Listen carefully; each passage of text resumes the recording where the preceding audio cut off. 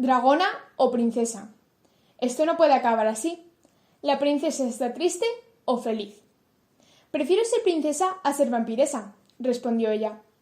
Ayer dragona y vampiresa, vaya sorpresa, comentó el dragón. El hada ha tenido problemas con la varita, tantos que me tiene frita, dijo la princesa. Hada, no seas animal y devuélvela a su estado original, ordenó el dragón.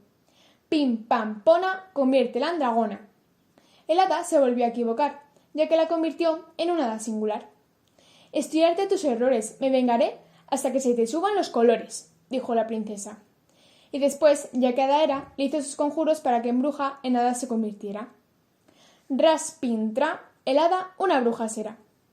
Después al hada una verruga le salió y con su escoba se escapó.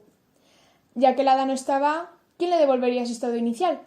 Entonces, ya que la princesa era un hada, ella misma se convirtió en la bonita princesa que había sido hasta entonces.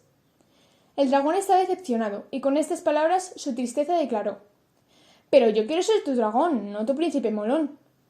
«Pues yo de dragona no estoy contenta. Prefiero ser princesa hasta los 50», le contestó ella. Entonces, sensibles, ellos se pusieron. «A mí dejadme en paz, que princesa vuelvo a ser y contenta voy a estar». «Esto no es justo, me quedo aquí solo, menudo disgusto». «Pues ya lo siento, un día más en el castillo y reviento», dijo la princesa. Y entonces cada uno su camino siguió, y muy lejos se fueron y nunca volvieron.